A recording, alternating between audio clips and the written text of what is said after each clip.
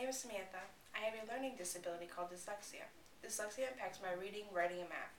With reading, I tend to read slowly, mix up my words, and forget how to pronounce them. Sometimes I don't even recognize a word that I should know. Writing is my worst subject. It's very difficult for me to organize my thoughts on paper. I have the ideas in my mind, but never come out the same on paper. My spelling is horrific.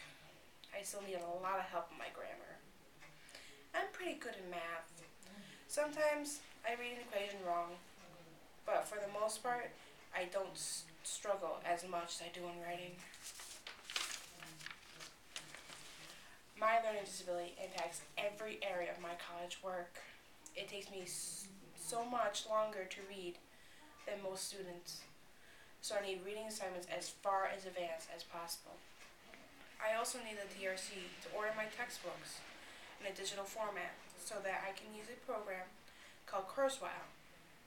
It enables me to listen to my books while reading along. It saves me a lot of time and it helps me through my assignments. I cannot take my quizzes or tests in class. It takes me so long to read and I lose track of what I'm reading that I need to take my tests with more time in the DRC. They scan my tests on Kurzweil so I can read along with the computer. It's also very hard to take notes in class. Even when my instructor puts the notes on the board, I cannot listen to the class and take notes at the same time. So I need a note taker. A note taker is someone in my class who's already taking notes. They use a special paper from the DRC. Makes a copy for me. To make sure the notes are good, I ask the professor to look over them the first couple times. After that, I feel comfortable knowing that my note taker takes good notes. I've been really lucky.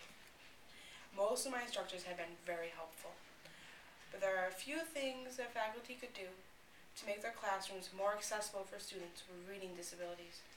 For example, providing a reading list in advance so that students with reading disabilities have the time to complete them, and to make sure when they're handing out handouts to make sure they're typed, smudge-free, and legible, because the scanning software won't be able to recognize it. If you're given a lengthy assignment, please make sure you give it verbally as well as written. And as much as possible, try not to rely strictly on lectures. It's helpful to use PowerPoint and other medias to help get your ideas across. It's especially helpful to make your material available online.